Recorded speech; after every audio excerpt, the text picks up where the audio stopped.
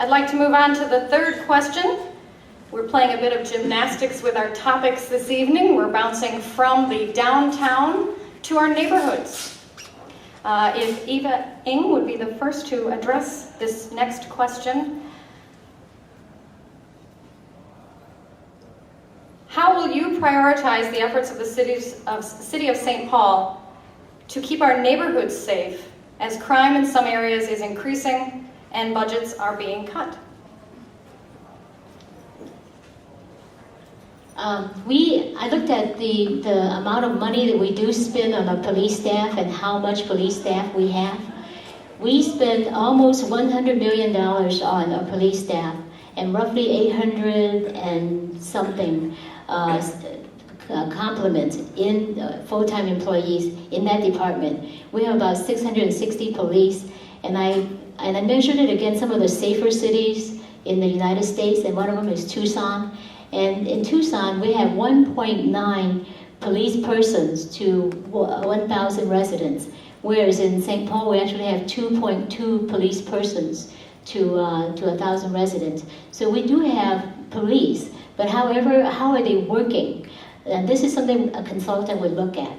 You know, are they spending all their time in the office doing paperwork? Are they not being present outside? We have pockets of crime, especially in the east side and the north side, that is disconcerting. And I do understand that there are some crimes that are not reported because they have to fit a certain category in order to be reported. So some of that is kind of going not the way we want it to go. So I think as a consultant, I would go in there and find out what are they doing? Are we doing best practices in the police? And are the police visible enough instead of pushing paper? There are, while I was answering this question one time, there was a policeman in the audience, and he did say that there was a problem with them pushing too much paper and not doing the neighborhood work they ought to be doing. Thank you.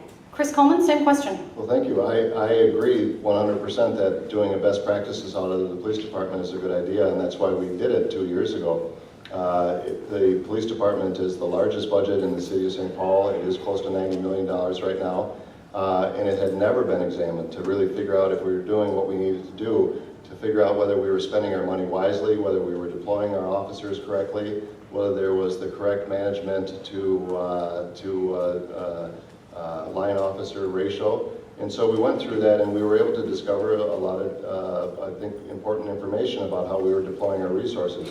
One of the key findings was that we needed some additional officers, that for the city our size, we needed 630 officers, ideally, to continue the great community policing work that we have done in the city of St. Paul. How we deployed them was going to be critical, but one of the things that the audit identified was that because of our computer system being so outdated, that we were unable to really efficiently deploy our officers.